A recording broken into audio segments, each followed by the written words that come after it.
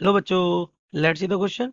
Figure shows a conducting rod of negligible resistance that can slide on a smooth U-shaped rail made of wire of resistance 1 ohm per meter. तो ये देखो इसका resistance कितना है, 1 ohm पर metre. इस पे कौन, ये कंडक्टिंग और नॉन रेजिस्टेंस वायर क्या कर रहा है, मूव करेगा. Position of the conducting rod है t equal to 0 is on t. ये जो कंडीशन आपको गिवन है इस डायग्राम में, t इक्वल 0 किया. At time t dependent magnetic field v is equal to 2t Tesla.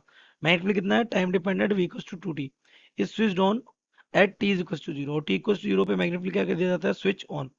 तो क्वेश्चन आपसे पूछ रहा है t is equal to 0 when the magnetic field is switched on the conducting rod is move to the left at constant speed 5 centimetre per second by external means. उधर क्या कर दिया जाता है, मूव कर दिया जाता है. The rod moves remaining perpendicular to the rail. जो रॉड होगी वो परपेंडिकुलर टू द रेल्स, इन रेल्स के परपेंडिकुलर मूव करती चली जाएगी. Following situation of the above, ये जो एक सिचुएशन आपको गिवन है question, the magnitude of the force required at the same instant at t is equal to 2 second. यानी t इक्वल टू 2 सेकेंड में पूछ रहा है आपसे कि उसको 5 सेंटीमीटर पर सेकेंड से मूव कराने के लिए कितना फोर्स रिक्वायर्ड होगा to move the conductor rod at constant speed 5 centimetre पर सेकेंड. तो ऑप्शन है 0.16 न्यूटन, ऑप्शन बी 0.12 न्यूटन और option C 0.08 newton, option D 0.06 newton. तो let's see the key concept of this question. The key concept of this question is beta Faraday's law.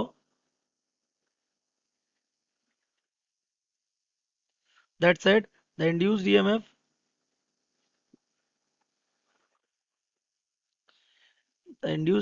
is given by rate of change of magnetic flux. तो E is equals to हो जाएगा, magnitude अगर लिखें तो 5 final minus 5 initial by time taken, ये हो जाएगा हमारा. एंड आफ्टर दैट एक हमारा हो जाएगा फोर्स ऑन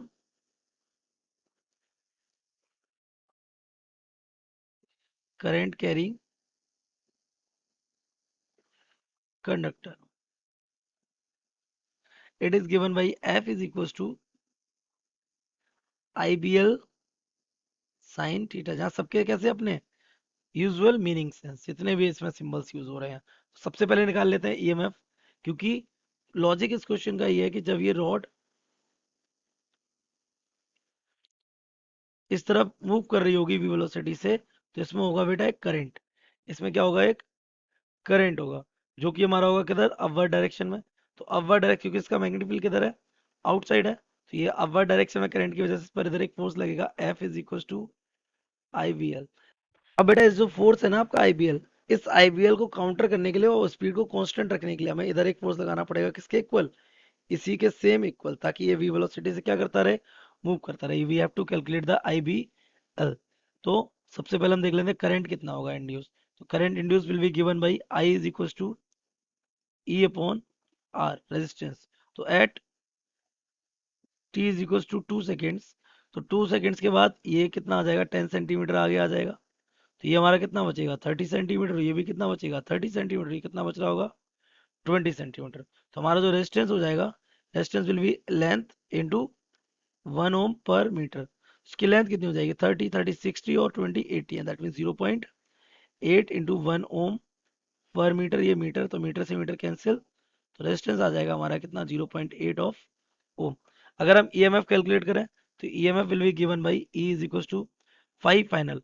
तो 5 फाइनल कितना हो जाएगा हमारा, B इंटू ए.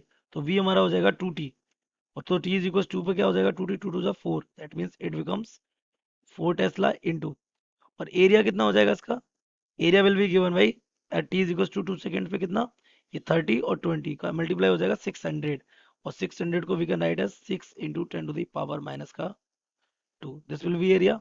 इनिशियल टाइम पे वी मैग्नेटिक फील्ड 0, तो ये भी हो जाएगा 0. कितना टाइम ले लिया, 2. EMF will be given by 24 into 10 to the power minus divided by 2. तो ईएमएफ हमारा आ जाएगा कितना यहाँ से, 12 into 10 to the power minus 2 of volt. तो अगर हम करंट निकालें तो current will be given by E upon R, that means 12 into 10 to the power minus 2 and divided by resistance कितना आ जाएगा, 0.8, ये 120 हो जाएगा. तो यहाँ से अगर हम इसको डिवाइड मारेंगे तो I विल बी 8 1 8, यहाँ से 40, 8 5 40 into 10 to power minus 2 of ampere, और I will be equal to the 0.15 of ampere. तो ये आ गया करंट. तो अब अगर हम आपको बताएं तो इसमें करंट चल रहा है किधर, 0.15 एम्पियर ऊपर एक करंट चल रहा है और ये मैग्नेटिक फील्ड किधर है, आउटवर्ड। जिस करंट करेंगे कंडक्टर पे क्या लगेगा, फोर्स। सो फोर्स ऑन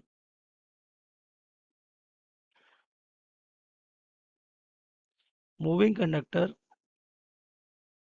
ये हमारा हो जाएगा F is equal to I/B/L।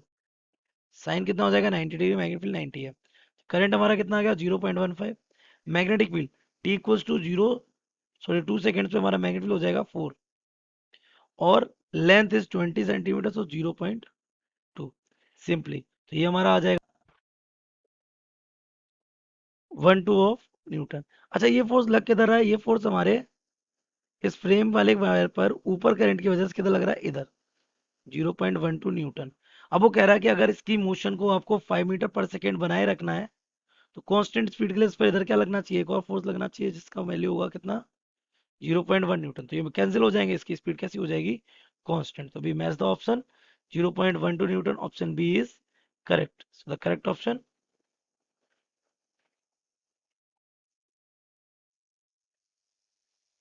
B.